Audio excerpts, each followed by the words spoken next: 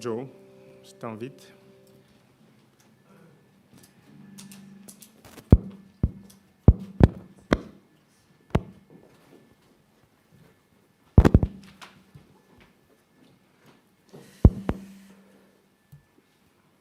Bonjour à chacun et à chacune. Je vais prier pour que le Seigneur illumine nos cœurs à la lecture de sa parole. Prions. Seigneur, merci pour ta parole qui a traversé les âges, les siècles, pour arriver jusqu'à nous.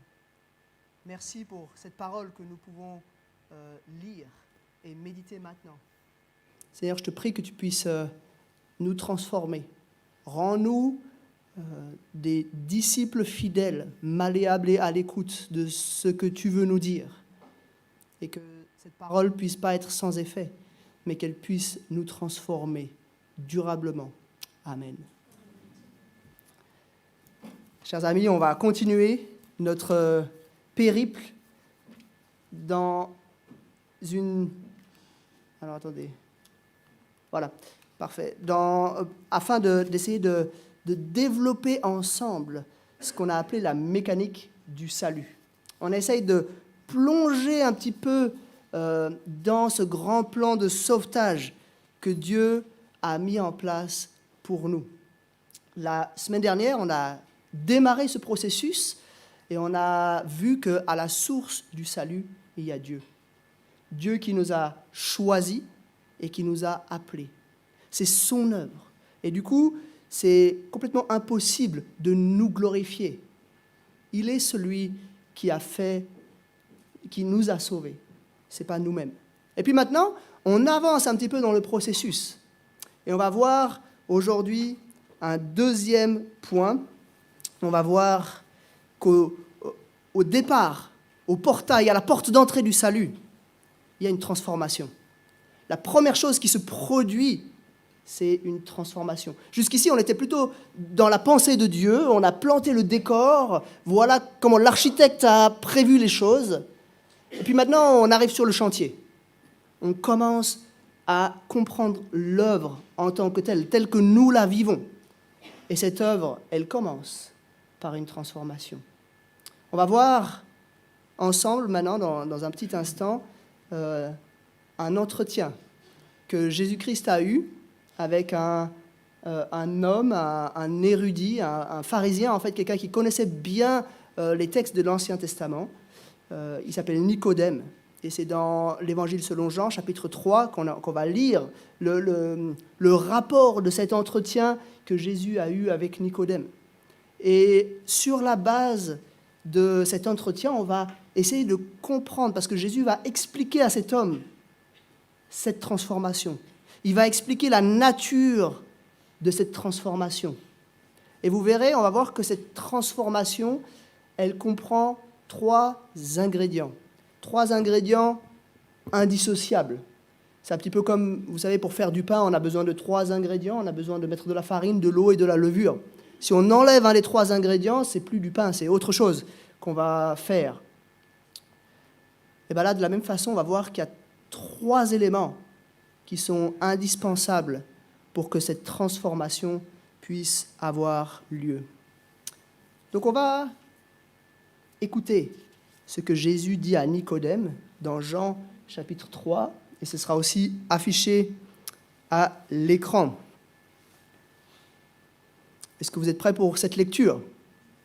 Alors c'est parti. Or, il y avait parmi les pharisiens un homme du nom de Nicodème, un chef des Juifs. Il vint de nuit trouver Jésus et lui dit « Maître, nous savons que tu es un enseignant envoyé par Dieu, car personne ne peut faire ces signes miraculeux que tu fais si Dieu n'est pas avec lui. » Jésus lui répondit « En vérité, je te le dis, à moins de naître de nouveau, personne ne peut voir le royaume de Dieu. » Nicodème lui dit « Comment un homme peut-il naître quand il est vieux ? Peut-il une seconde fois entrer dans le ventre de sa mère et naître ?» Jésus répondit « En vérité, je te le dis, à moins de naître d'eau et d'esprit, on ne peut entrer dans le royaume de Dieu. Ce qui est né de parents humains est humain, et ce qui est né de l'esprit est esprit. Ne t'étonne pas que je t'ai dit, il faut que vous naissiez de nouveau. Le vent souffle où il veut et tu en entends le bruit, mais tu ne sais pas d'où il vient ni où il va. C'est aussi le cas de toute personne qui est née de l'Esprit. » Nicodème reprit la parole et lui dit « Comment cela peut-il se faire ?» Jésus lui répondit « Tu es l'enseignant d'Israël et tu ne sais pas cela. En vérité, je te le dis, nous disons ce que nous savons et nous rendons témoignage de ce que nous avons vu, et vous ne recevez pas notre témoignage. Si vous ne croyez pas quand je vous parle des réalités terrestres, comment croirez-vous si je vous parle des réalités célestes ? Personne n'est monté au ciel, sinon celui qui est descendu du ciel, le Fils de l'homme qui est dans le ciel. Et tout comme Moïse a élevé le serpent dans le désert, il faut aussi que le Fils de l'homme soit élevé afin que quiconque croit en lui ne périsse pas, mais qu'il ait la vie éternelle. En effet, Dieu a tant aimé le monde qu'il a donné son Fils unique, afin que quiconque croit en lui ne périsse pas, mais ait la vie éternelle. Dieu, en effet, n'a pas envoyé son Fils dans le monde pour juger le monde, mais pour que le monde soit sauvé par lui. Celui qui croit en lui n'est pas jugé, mais celui qui ne croit pas est déjà jugé, parce qu'il n'a pas cru au nom du Fils unique de Dieu. Et voici quel est ce jugement. La lumière est venue dans le monde, et les hommes ont préféré les ténèbres à la lumière, parce que leur manière d'agir était mauvaise. En effet, toute personne qui fait le mal déteste la lumière, et elle ne vient pas à la lumière pour éviter que ses actes soient dévoilés. Mais celui qui agit conformément à la vérité vient à la lumière, afin qu'il soit évident que ce qu'il a fait, il l'a fait en Dieu. Jusqu'ici, la lecture de la parole de Dieu. On va prendre le temps d'analyser un tout petit peu ensemble cet entretien que Jésus a eu avec Nicodème. Et on va voir ces 3 étapes que j'ai résumées avec ces 3 mots très simples que vous pouvez mémoriser: naître, croire et venir. Voilà les 3 étapes du salut, ce qu'on appelle des fois un peu dans le jargon de la conversion. Voilà ce qui se passe quand on devient chrétien. On dissèque tout cela d'après les paroles de Jésus. Premièrement, naître. Premier ingrédient du salut. Nicodème arrive vers Jésus et puis il lui pose pas de questions, il lui dit quelque chose, mais il y a une question en filigrane. Il lui dit ceci: « Maître, nous savons que tu es un enseignant envoyé par Dieu, car personne ne peut faire ces signes miraculeux que tu fais si Dieu n'est pas avec lui. » Donc ce n'est pas vraiment une question, c'est plutôt une affirmation, mais on sent bien qu'entre les lignes, Nicodème est en train de dire à Jésus: « Dis-nous qui tu es. On voit bien que tu es un peu spécial, on voit bien que tu fais des miracles, on voit bien que ton enseignement tu enseignes avec autorité, mais on est un peu paumés. Nous, les pharisiens, on ne sait pas trop quoi en penser. Est-ce que tu peux m'éclairer? Est-ce que tu peux me révéler qui tu es? Qu'est-ce que tu es venu faire? » Et puis il y a en particulier cette notion, il aimerait savoir, est-ce que tu es vraiment celui qui vient de la part de Dieu? Est-ce que tu es vraiment celui qui vient révéler Dieu? Puis Jésus, qui lit très bien dans la situation, qui comprend très bien la situation, il va lui répondre, mais il va lui répondre un petit peu en faisant ricocher la réponse tout de suite sur une autre direction. Jésus va lui dire cette parole qui nous semble un peu énigmatique. « En vérité, je te le dis, à moins de naître de nouveau, personne ne peut voir le royaume de Dieu. » Donc Nicodème, on a dit entre les lignes, avait posé la question, est-ce que tu viens nous montrer Dieu? Est-ce que tu viens nous révéler, nous parler de la part de Dieu? Et Jésus lui dit, en quelque sorte aussi entre les lignes, il lui dit, oui, je viens vous montrer le royaume de Dieu, mais ce royaume n'est accessible que par ce que Jésus appelle ce qu'il appelle naître de nouveau. Alors là, je fais une petite parenthèse pour vous dire, il se peut que si vous avez une autre version de la Bible, par exemple la version du Sommer, vous voyez que le texte est différent, c'est pas naître de nouveau, mais c'est naître d'en haut. Alors, on va pas rentrer dans tous les détails du débat, savoir comment on doit traduire le grec, mais il y a un mot grec ici qui peut recevoir les 2 traductions. Et en fait, probablement, et ce n'est pas juste mon idée, hein, c'est des commentateurs qui m'ont indiqué cette voie, probablement Jésus utilise ce terme à dessein, un terme ambigu qui veut dire en fait un petit peu les 2 choses à la fois. Il lui dit, en fait, il faut naître à la fois d'en haut, c'est une naissance qui vient de Dieu, qui est d'une autre nature que la naissance humaine. D'ailleurs, il va le dire plus tard, hein. Il va dire ce qui est né de parents humains est humain, et ce qui est né de l'esprit est esprit. Donc il va dire c'est une naissance d'une autre nature, mais c'est aussi une naissance qui est nouvelle. Ce n'est pas juste un update de votre nature humaine, c'est vraiment quelque chose de nouveau. Ce n'est pas une petite amélioration dont vous avez besoin, c'est vraiment d'entrer dans quelque chose de totalement nouveau. Alors on doit se poser la question. Il lui dit que c'est celui qui va naître de nouveau qui pourra voir le royaume de Dieu. Et là, il faut qu'on se mette un peu dans la peau de Nicodème. Qu'est-ce que Nicodème pouvait comprendre de la notion de royaume de Dieu? Si vous êtes chrétien depuis quelques années, si vous avez déjà lu le Nouveau Testament, vous verrez que le Nouveau Testament parle beaucoup de la notion de royaume de Dieu. C'est un thème qui revient énormément dans les discours de Jésus. Mais ici, on est tout au début du ministère de Jésus, et bien sûr, Nicodème n'avait pas le Nouveau Testament. Donc lui, il avait l'Ancien Testament. Or, la notion, le terme « royaume de Dieu » ne se trouve pas dans l'Ancien Testament. Donc il faut qu'on se mette un petit peu à la place de Nicodème. Qu'est-ce qu'il comprenait de cette formulation, de cette idée de voir le royaume de Dieu? Sur la base de l'Ancien Testament, il n'avait pas forcément conscience de ce que c'était le royaume de Dieu, mais quand même l'Ancien Testament parle beaucoup du fait que Dieu est roi, que Dieu règne sur la création entière et en particulier sur son peuple. Et puis, ils attendaient ce moment où Dieu viendrait établir son règne éternel. Donc quand Jésus dit que celui qui naîtra de nouveau pourra voir le royaume de Dieu, Nicodème est en train de penser à cette manifestation éternelle de Dieu régnant sur la terre. Il est en train de penser à la vie éternelle. Il est en train de se dire, ok, il faut naître de nouveau pour entrer dans cette vie éternelle. Et puis Jésus continue, parce que il est dans la compréhension, Nicodème. Il lui dit, mais est-ce qu'on peut rentrer dans le ventre de notre mère à nouveau et naître de nouveau?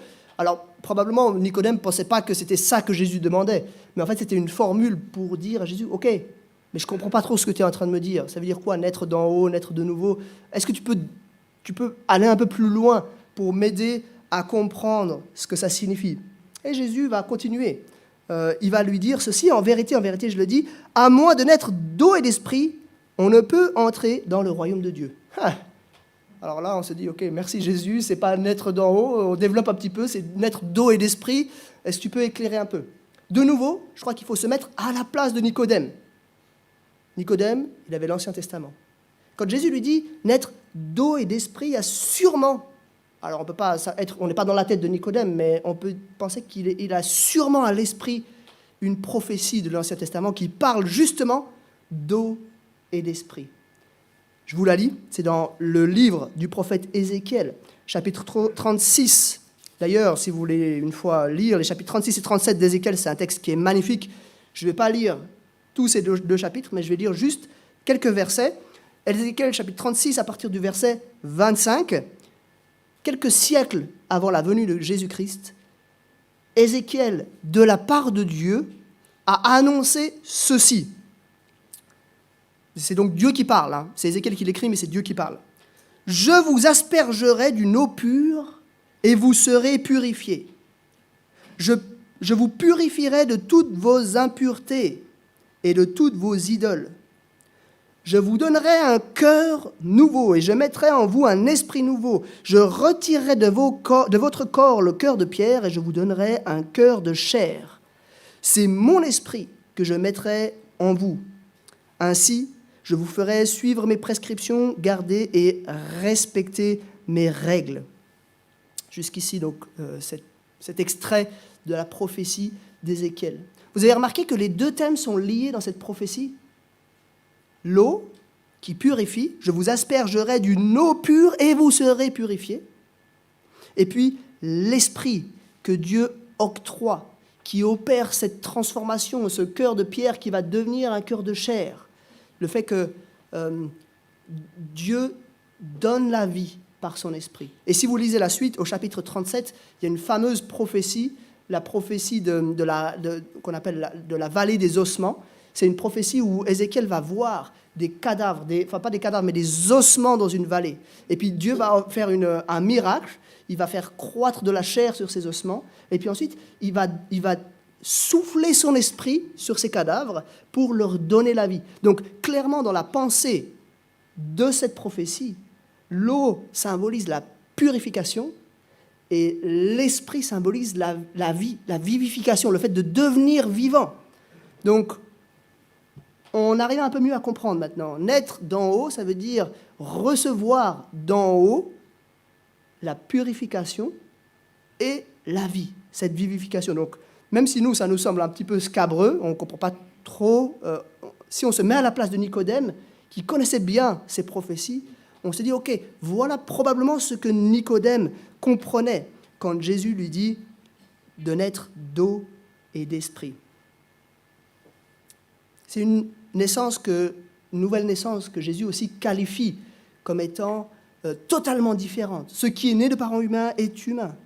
Ce qui est né de l'esprit est esprit.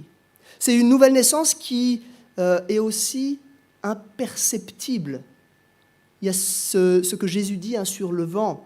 On ne sait pas ni d'où il vient, ni où il va. Mais nous l'entendons, nous en voyons les effets. Ce que Jésus est en train de dire par là, c'est que cette nouvelle naissance n'est pas quelque chose de perceptible comme la première naissance, la naissance physique. C'est quelque chose qui se fait dans le secret, mais dont on voit les effets.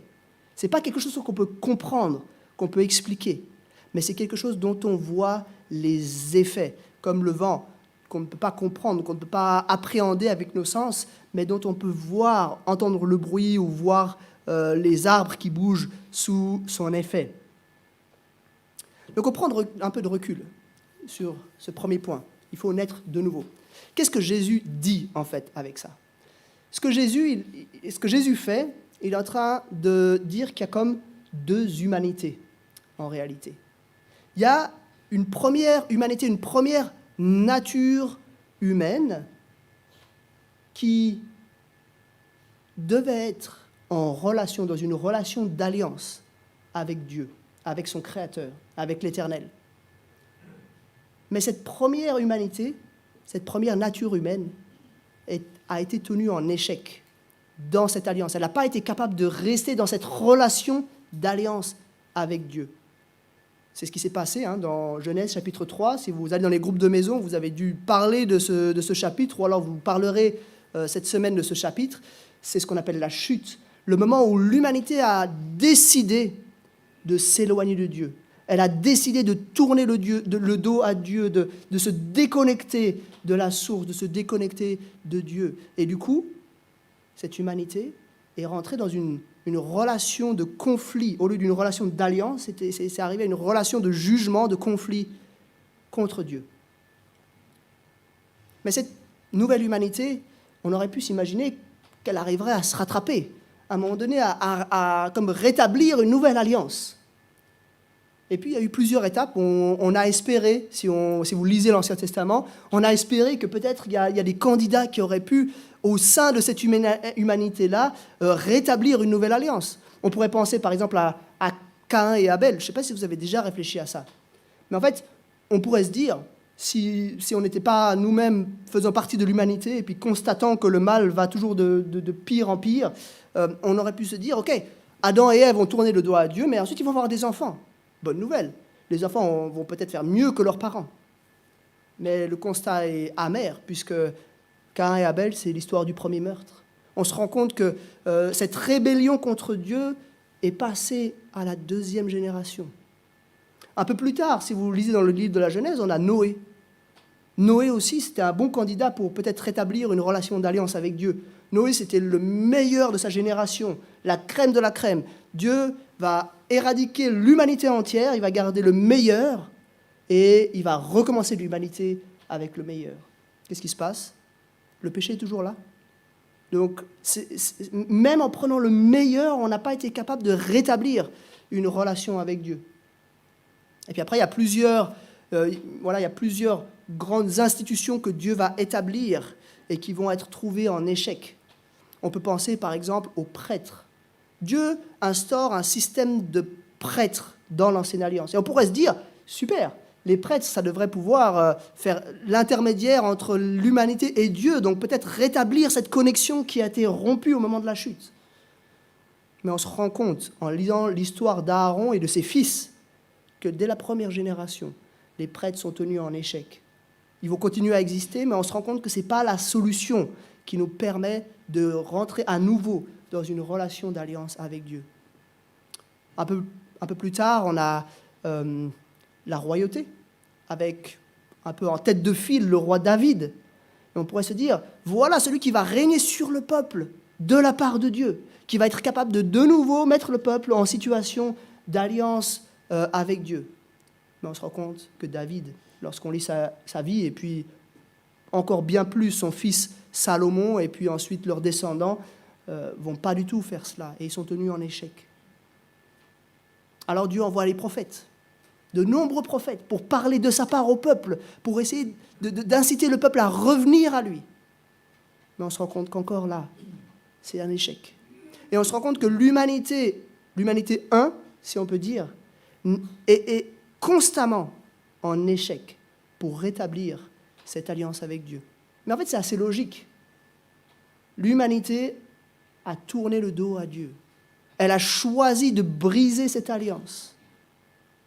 Alors, elle n'est pas en mesure, elle n'est pas en position de rétablir une alliance. C'est un peu comme deux nations, et puis deux nations qui ont fait une alliance entre elles, et puis tout d'un coup, une des nations qui trahit l'autre, qui déclare la guerre à l'autre, elle est un peu mal...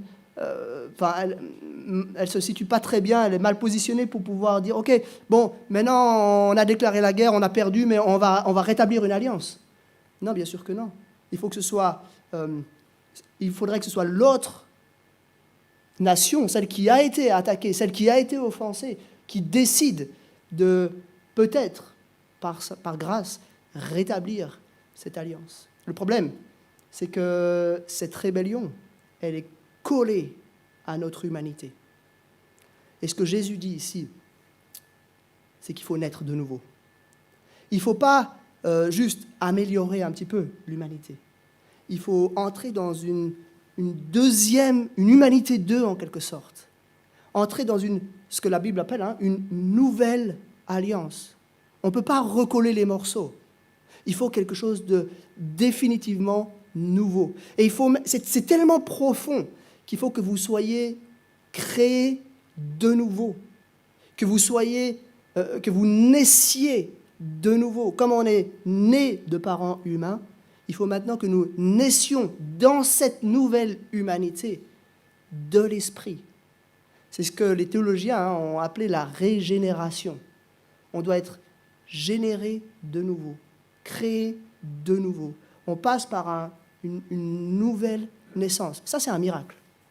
C'est ce que Dieu opère par son esprit dans ceux qui vont, qui vont être sauvés. Mais on a encore 2 ingrédients à voir. C'est un peu plus rapide, vous verrez les 2 autres ingrédients. Mais la deuxième chose, c'est qu'il faut croire.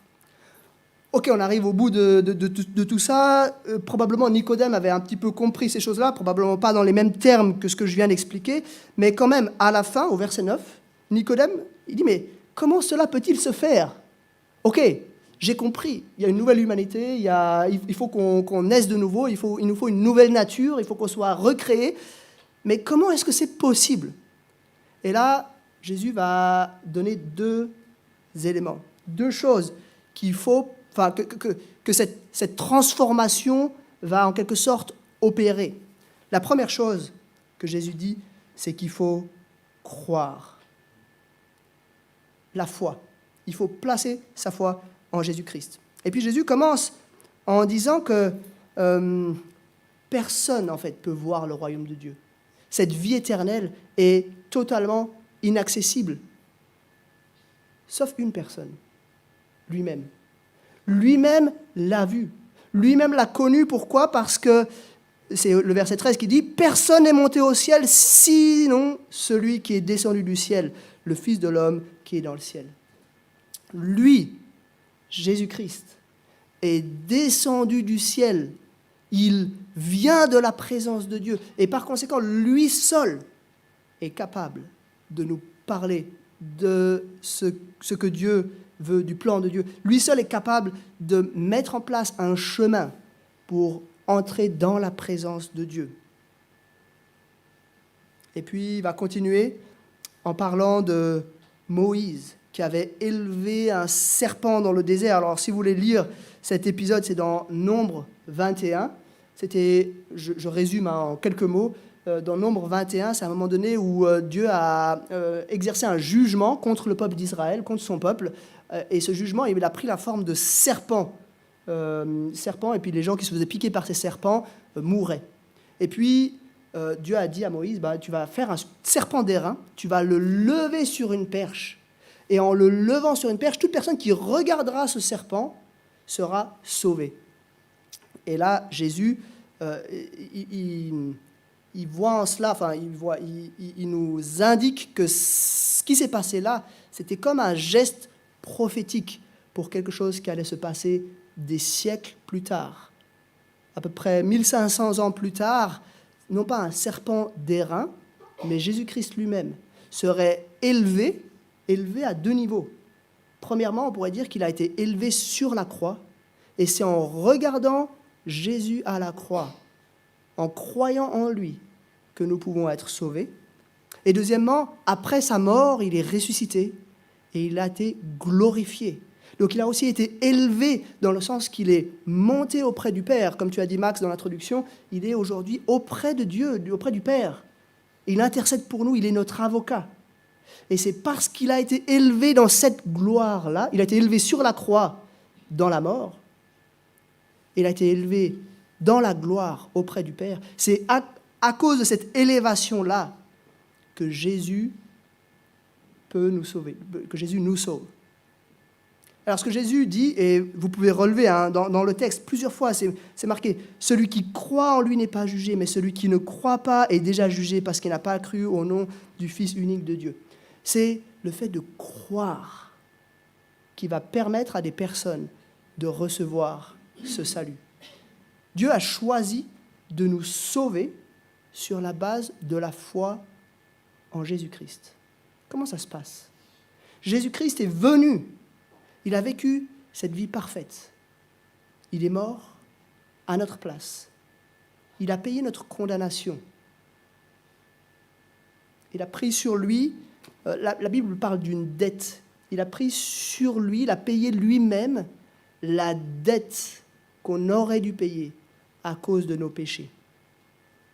Et il nous permet d'entrer dans le royaume de Dieu. Et Jésus fait cela sur la base de la foi. C'est en plaçant notre foi en Jésus-Christ qu'on reçoit ce trésor, cette richesse. La foi, c'est un synonyme un petit peu de la confiance. C'est en plaçant notre confiance totale en Jésus-Christ, en nous abandonnant totalement à lui, en mourant à nous-mêmes, nous dit Paul, que nous recevons ce cadeau, cet héritage éternel que Jésus nous donne et dont il nous permet d'avoir accès. Mais Jésus termine avec un dernier élément. Il faut venir. À la fin de notre texte, vous avez vu qu'il y a un contraste qui est donné entre la lumière et les ténèbres. La lumière est venue dans le monde et les hommes ont préféré les ténèbres à la lumière parce que leur manière d'agir était mauvaise. Et puis Jésus développe, il montre que ceux qui vivent dans les ténèbres ne veulent pas être à la lumière parce qu'ils veulent cacher les mauvaises choses qu'ils font. Et Jésus termine avec ce verset 21, « Mais celui qui agit conformément à la vérité vient à la lumière, afin qu'il soit évident que ce qu'il a fait, il l'a fait en Dieu. » C'est pour ça que j'ai mis « venir », parce que c'est le verbe qui est donné ici, « il vient à la lumière ». Pour être sauvé, il faut naître, il faut croire, et il faut venir à la lumière. Ça veut dire qu'il faut tout mettre sur la table. On parle souvent de la repentance. Il faut comprendre que nous sommes pécheurs nous-mêmes. Souvent, on a de la facilité à comprendre que les autres sont pécheurs. Le monde fait le mal, il y a les guerres, il y a toutes ces choses-là, mais c'est un peu plus dur quand il s'agit d'admettre que nous sommes pécheurs. Pourtant, c'est évident. Par nos pensées, par nos actes et par nos paroles, nous désobéissons à Dieu. Et quand on regarde au plus profond de notre cœur, on doit bien l'admettre. On ne serait pas très prêt à révéler tout ce qui se passe au plus profond de notre cœur. Nous sommes pécheurs. Et c'est par cette mise en lumière, c'est en acceptant, en admettant notre péché, en demandant pardon à Dieu, en nous repentant, que ce salut est accessible. On a donc 3 éléments. Naître, ça c'est un miracle. C'est Dieu qui le fait. Ce n'est pas nous qui avons décidé de naître, hein, c'est quelque chose qui est extérieur à nous qui a décidé de naître. Et c'est la même chose dans la nouvelle naissance. C'est Dieu qui, par son esprit, fait le miracle. Deuxièmement, il faut croire, placer sa foi en Jésus-Christ. Troisièmement, il faut se repentir, venir à la lumière, demander pardon pour notre péché, admettre que nous ne sommes pas capables de payer nous-mêmes pour notre péché et que nous avons besoin de Dieu. C'est toute une question de changement d'attitude, de regret, de repentance que nous devons vivre pour entrer dans la présence de Dieu. On a vu un package, 3 éléments. Comme j'ai dit, c'est 3 ingrédients qui sont indissociables. Et on aurait tort de dire, OK, moi, je suis né de nouveau, mais je ne me suis pas encore repenti. Non, en fait, c'est un tout. Comme j'ai dit dans l'introduction, c'est un peu comme du pain. Si vous enlevez la farine, vous aurez juste de la levure et de l'eau. Peut-être vous pourrez faire une espèce de simili-bière avec ça, mais ce ne sera pas du pain. Si vous enlevez l'eau, voilà, de la même façon, vous aurez une poudre, mais ce ne sera pas du pain. Si vous enlevez la levure, ce sera peut-être un pain azime ou quelque chose comme ça, mais ce ne sera pas ce qu'on appelle en français du pain. C'est 3 ingrédients indissociables, 3 ingrédients qui constituent, quand ils sont pris ensemble, notre salut, ce qu'on appelle notre conversion. C'est vraiment le point de départ, la porte d'entrée dans la vie nouvelle. Elle est constituée de ces 3 choses. Il y a un côté mystérieux là-dedans, parce qu'on se rend compte que Dieu est à l'œuvre et nous sommes à l'œuvre. Dieu est à l'œuvre parce qu'on l'a vu la dernière fois, c'est lui qui est à la source de notre salut, c'est lui qui nous a choisis et appelés. Mais il y a aussi, ici, c'est lui qui nous fait naître. Puis de l'autre côté, il y a nous qui croyons et qui nous repentons. Et je crois qu'il faut voir les choses, c'est mystérieux, hein, mais je crois qu'il faut voir les choses comme si Dieu nous met sur la même longueur d'onde que lui. Ça veut dire que Dieu va faire en sorte que sa volonté et notre volonté coïncident à un moment donné. De telle sorte qu'à un moment donné, en nous faisant naître de nouveau, Dieu nous rend capables, même, il nous donne la volonté, de telle sorte que nous faisons vraiment le choix de placer notre foi en Jésus-Christ et de nous repentir. C'est quelque chose qui nous dépasse et que je crois qu'on aurait tort d'essayer d'expliquer dans plus de détails que ce que je suis en train de faire. Mais je crois que cette notion de la mise sur la même longueur d'onde nous explique bien cela. Ça veut dire que oui, au jour de notre conversion, on fait réellement un authentique choix d'appartenir à Christ, de demander pardon pour nos péchés. Mais ce choix est rendu possible parce que Dieu a opéré cette transformation, cette régénération, cette nouvelle naissance. Il nous a rendus capables de demander pardon et de placer notre foi en lui. Voilà le miracle du salut. Voilà ce que Dieu fait pour nous sauver. Et je me suis dit, bon, ça vaut la peine de dire peut-être un tout petit mot de témoignage personnel par rapport à cela, parce que chacun d'entre vous, en tout cas tous ceux qui appartiennent à Christ, seraient capables de le faire et de dire comment ça s'est passé dans votre vie. Mais je me suis dit que c'était l'occasion de peut-être dire comment ça s'est passé pour moi dans ma vie.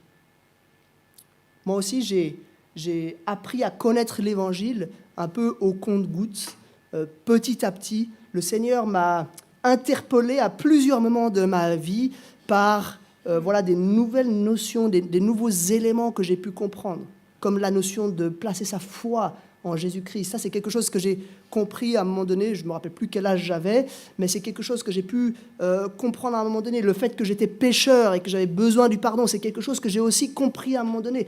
Mais il a fallu à un moment donné un tilt. Et ça, c'est Dieu qui l'a opéré. Ça, je me rappelle très bien, j'étais dans ma chambre, chez mes parents, là, dans mon lit, et j'étais en train de m'interroger, de réfléchir. À un moment donné, j'ai prié. Et puis, c'est comme si vraiment Dieu a ouvert mes yeux pour que je puisse comprendre. Bien sûr, j'avais une compréhension un peu intellectuelle du fait qu'il fallait que je place ma foi en Jésus-Christ, du fait qu'il fallait que je demande pardon pour mes péchés. J'avais une compréhension intellectuelle de cela, mais il a fallu, paf, cette régénération à un moment donné. Parce que, comme on l'a vu la dernière fois, ce qui est mort ne peut pas décider d'être vivant. Ce qui n'est pas né ne peut pas décider de naître. Il a fallu que Dieu me donne naissance pour qu'ensuite je puisse placer ma foi et me repentir, placer ma foi en Christ et me repentir. Voilà comment ça s'est passé. Il n'y a pas eu d'événements surnaturels, on n'a pas vu de quoi que ce soit, une lumière ou une musique ou quelque chose comme ça. Ça s'est passé dans mon cœur. Et il se peut que pour vous, vous ne puissiez pas identifier un moment précis où ça s'est produit, ce miracle. Ce n'est pas grave, parce que le Seigneur n'a pas dit qu'il fallait absolument que ça se passe à un moment précis. Il se peut que ça soit un peu diffus dans le temps. Même pour moi, c'était un peu diffus dans le temps, même s'il y a eu un moment où j'ai vraiment changé de regard sur ces choses-là. Mais pendant longtemps, le Seigneur m'a parlé au travers de plusieurs étapes, jusqu'à ce que ce jour arrive. Je termine par une invitation. Tout ce que j'ai dit ici, peut-être ça semble évident pour vous qui êtes déjà chrétiens, mais je suis prêt à parier que dans cette salle, il y a des personnes qui n'ont pas encore vécu cette transformation. Je suis prêt à parier que certains n'ont pas encore placé leur foi en Jésus-Christ, ne se sont pas encore repentis de leurs péchés. Et j'aimerais vous inviter, ce matin même. Alors bien sûr, cette nouvelle naissance, vous ne pouvez pas l'opérer par vous-même. Ce n'est pas le but, ça c'est dans la pensée de Dieu, ce n'est pas notre rôle. Mais vous avez un rôle. Ce rôle, c'est de placer votre foi en Jésus-Christ et de demander pardon pour vos péchés. Ce n'est pas quelque chose de difficile, c'est une prière, c'est demander à Dieu simplement de vous abandonner dans ses bras. C'est gratuit.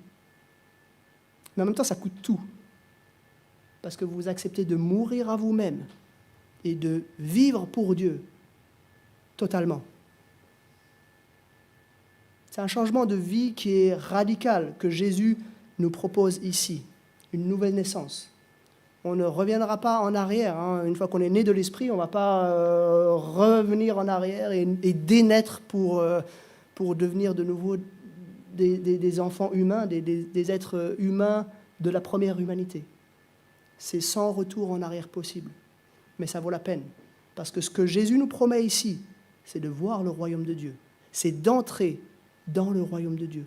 C'est de vivre cette vie éternelle en relation directe avec Dieu, notre Créateur, celui qui est la vie. Ce que Jésus nous promet ici, c'est une naissance d'en haut, une nouvelle naissance, une naissance d'eau et d'esprit, purification et vie. Voilà ce qui nous attend. Si nous plaçons notre foi en Jésus et si nous lui demandons pardon pour nos péchés. Vraiment, si vous n'avez pas fait vécu ce pas-là, faites-le ce matin même. Et si vous êtes un peu paumé, si vous avez encore des questions, il y a des choses que vous aimeriez pour lesquelles vous aimeriez être un petit peu accompagné, venez voir un des responsables, soit moi, soit un des autres responsables de l'Église, quelqu'un que vous avez vu ici devant, et venez discuter avec nous. Venez avec vos questions. Il y a des réponses. On ne les a pas toutes, malheureusement, mais il y a des réponses et on sera tout à fait heureux de cheminer avec vous pour essayer de trouver des réponses à ces questions. Mais ne restez pas dans cette première humanité qui est malade, morte, condamnée. Entrez dans cette nouvelle humanité qui est née de nouveau. Je vais prier. Seigneur, merci pour ta parole. Merci pour la clarté avec laquelle Jésus annonce ces choses à Nicodème. Et Seigneur, je te prie de déverser ton esprit et de susciter la foi et la repentance, si c'est dans ta volonté, sur toutes les personnes dans cette salle et autour de nous qui ne te connaissent pas encore. Merci pour ce salut merveilleux. Merci pour ce salut gratuit et grandiose que tu nous accordes en Jésus-Christ. Je t'adore dans le nom de Jésus. Amen.